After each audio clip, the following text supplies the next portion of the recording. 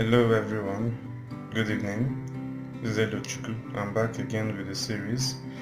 Now, in our last classes, we have been looking at differentiation from different rules.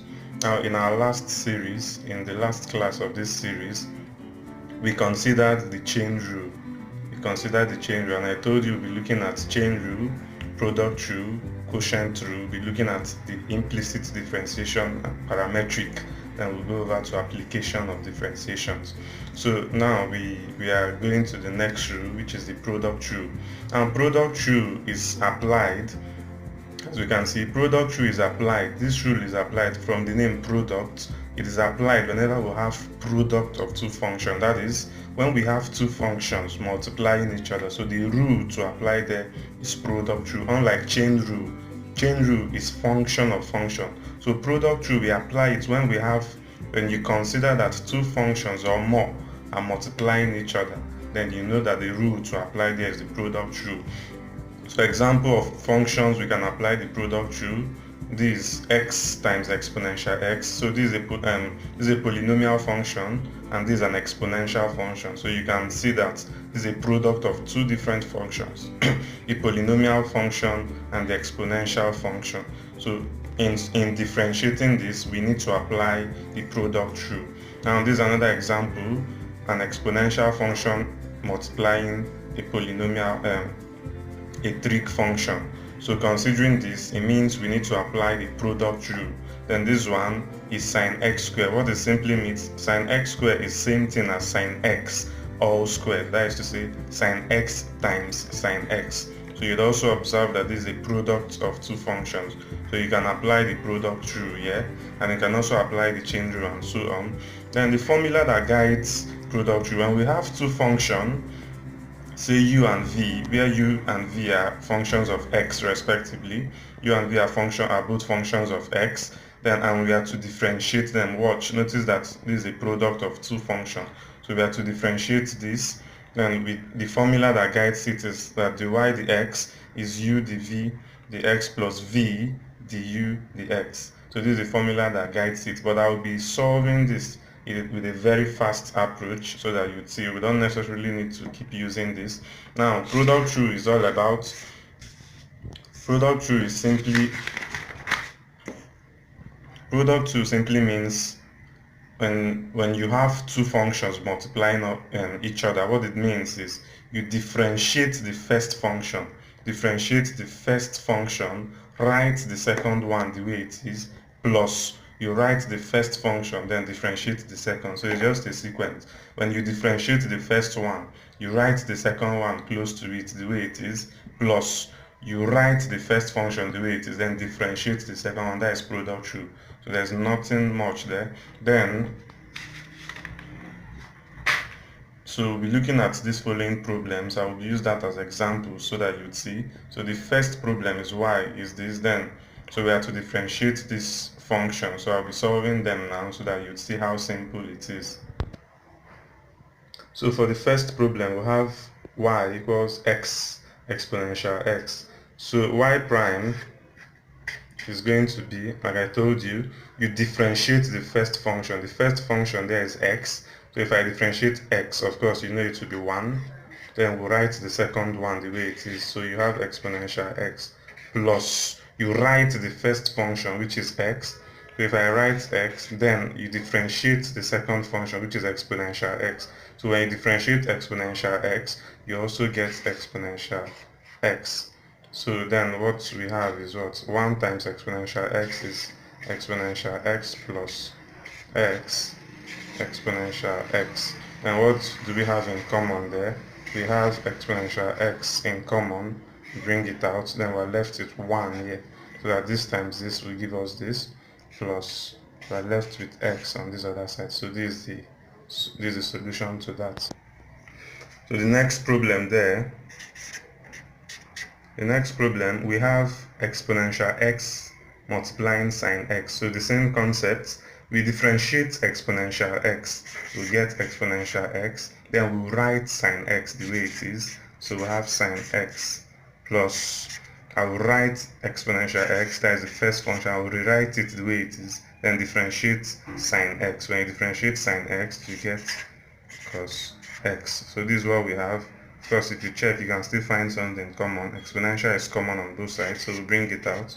We have exponential x. What is left hand side is sine x plus cos x. So this is what we have.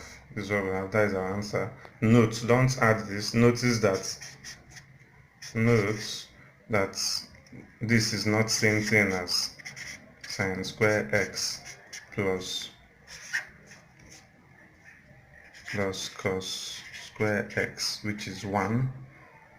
Sine square x plus cos square x is 1, so they are not the same, so you don't add this to get 1. So this is our final answer.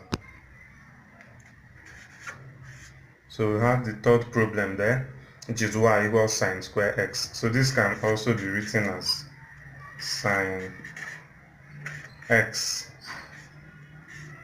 all square. So they are the same. Sine square x and sine x all square means the same thing. So we can also write this as y equals sine x times sine x. So when you see square, it means that the function is multiplying itself twice. So this is what we have. So y prime, that is the derivative. It's going to be, I'm going to differentiate this and write this. That's the first thing. So when I differentiate sine x, I would get cos x. Then I'll write this the way it is. So I have sine x plus, I'm going to write this now, then differentiate this. So notice the sequence. Even if you reverse it, you will get the same answer. So I'm following a sequence so that you don't get confused, even if you mix it. What is important is at every given time you are differentiating one and writing the other. So now notice I'm going to write this. So I have sine x, then I'll differentiate this to get cos x. So when you sum this, notice that they are the same. Cos x sine x, same thing as sine x cos x. So adding this, you will get 2 sine x cos x. So this is our answer. We can still simplify this from our knowledge of trig. So we know that 2 sine x cos x is the same thing as sine. So this is our answer. So for the last one, for the last problem, we have exponential 2x cos 2x. So in this problem, still the same thing, but you notice that in this we have a function of function exponential 2x. To differentiate exponential 2x, you apply the function of function. To differentiate cos 2x, you apply the function of function. So we're going to apply function of function and product rule. Function of function and what? Product rule.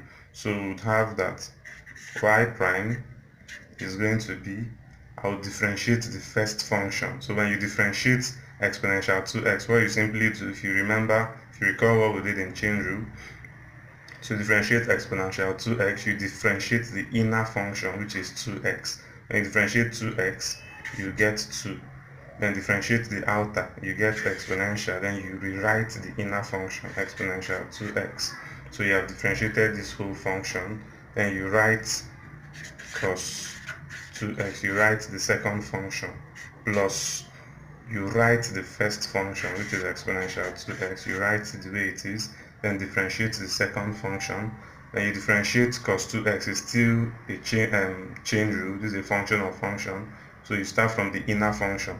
You differentiate 2x, you get 2. Then when you differentiate cos, you get minus sine. Then you rewrite the inner function. So you have minus sine 2x. So this is what we have. So let's write it in a better form. So we have 2 exponential 2x cos 2x. Then this would multiply. We'll have minus 2 exponential 2x sine 2x. So this can finally be written as, so we can now write this as, what is common? We have that 2 exponential 2x is common. So we'll have cos 2x minus sine 2x. So this is our final answer, and this is where we'll stop for today. So you can see how simple it is. So you don't need to go about cramming formulas. So once you understand the concepts, then the aim is achieved. So thank you for watching our video. Please, I would recommend that you go back and start watching from the first one, from the chain rule down to product rule, because if you don't get the chain rule right, you may find it difficult to progress. So I would recommend that you go back, watch the first videos, then come back and watch this. Thanks for watching. Please do like and subscribe to our channel so that you'll be getting more interesting and more nice videos on this. Thanks for watching once again.